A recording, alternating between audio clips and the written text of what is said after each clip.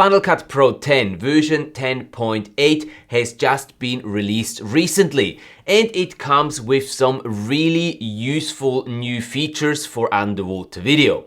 What those features are and where you can find them, that's what we're gonna look at in today's video, right after the intro.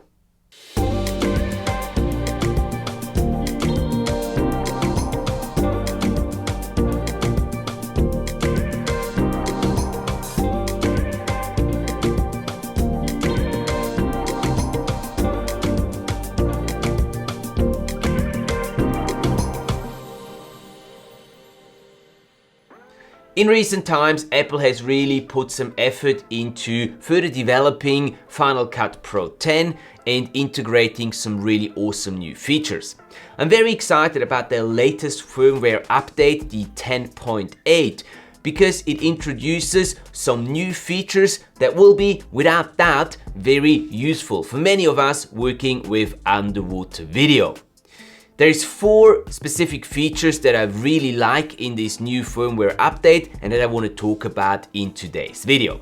So let's not waste any more time and jump right onto the computer. Apple has introduced machine learning to help you with improving light and colors on your clips. Select a clip like this pretty reef scene here. Click on your magic wand and the new option Improve Light and Color will appear. Selecting that will prompt Final Cut to analyze the scene and make adjustments accordingly. Once it has done this, you can now go to the inspector, open the according color adjustment layer, and boom, you see the exact adjustments that Final Cut has made. That's pretty cool, I find. You can now either leave them like this or fine-tune certain areas which you might not be happy with, like for example the warmth in the highlights.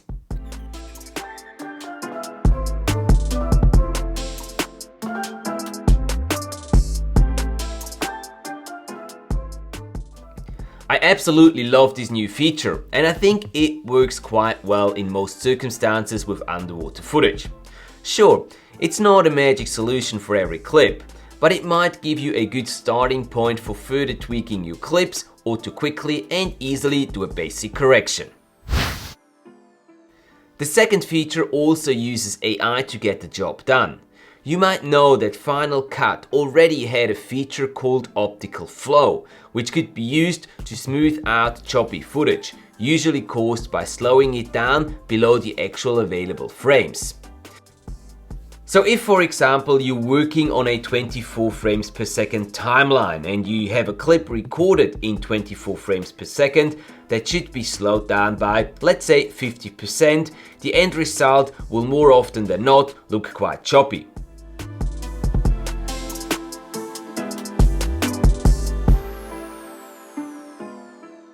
Applying optical flow to it might help, but it will usually introduce some weird warping, especially on faster moving subjects like this one. Now the new smooth slow motion feature, which can be found in the retiming section down here, will use an AI algorithm to create a much smoother end result with even less effort on your side. Simply choose how much you want the clip to be slowed down and voila! Not bad, right?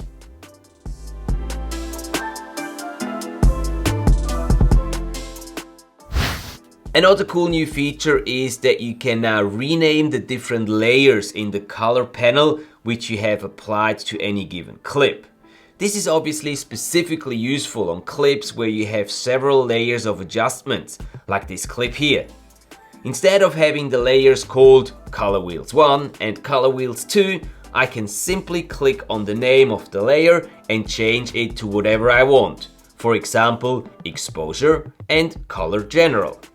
Each layer I add, I can name it accordingly, which makes it much easier later on to come back to a specific clip and change certain adjustments without having to look at every layer trying to figure out which one is responsible for the needed adjustment.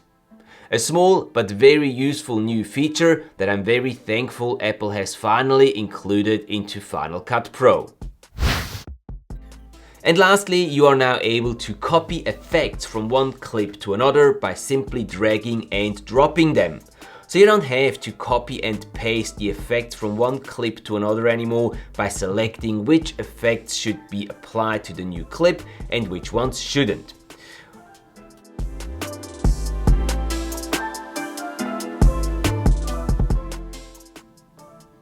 You can simply drag whatever effect you want to copy onto another clip and drop it there.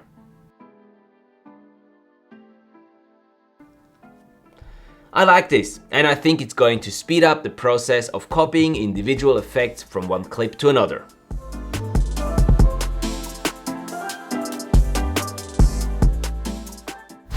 There you have it. I think these new features are really cool and they will definitely help me improve my workflow in Final Cut Pro 10.